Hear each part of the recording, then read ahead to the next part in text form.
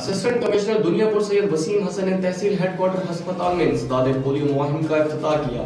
انسداد پولیو مہم میں 5 سال سے کم عمر کے بچوں کو پولیو کی ویکسین کے قطرے پلائے جائیں گے۔ مزید ذکر ڈاکٹر قاسم عباس بلوچ کی اس رپورٹ میں۔ تحصیل ہیڈ کوارٹر ہسپتال دنیاپور میں انسداد پولیو مہم کا افتتاح کیا گیا۔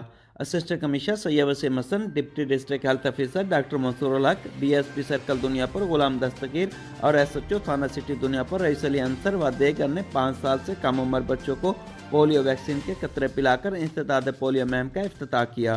اس موقع پر محکمہ صحت کے دیگر افسران بھی موجود تھے۔ Deputy district health officer Dunyapur doctor Mansoor ul Haq کا اس موقع پر کہنا تھا کہ تحصیل دنیاپور میں 86,000 کے قریب 5 سال سے کم عمر کے بچوں کو 203 متحرک اور فکس ٹیمیں آج سے 19 دسمبر کے دورانیے میں گھر گھر جا کر پولیو ویکسین کے قطرے پلائیں گی۔ عوام الناس رہ جانے والے بچوں کو فوری مراکز صحت یا متحرک ٹیم سے رابطہ کر کے پولیو ویکسین کے قطرے ضرور پلوائیں۔ بچوں کے انکاری والدین کے خلاف سخت قانونی کارروائی کی جائے گی۔ کیمرہ ٹیم کے ساتھ ڈاکٹر قاسم عباس بلوچ، بیورو چیف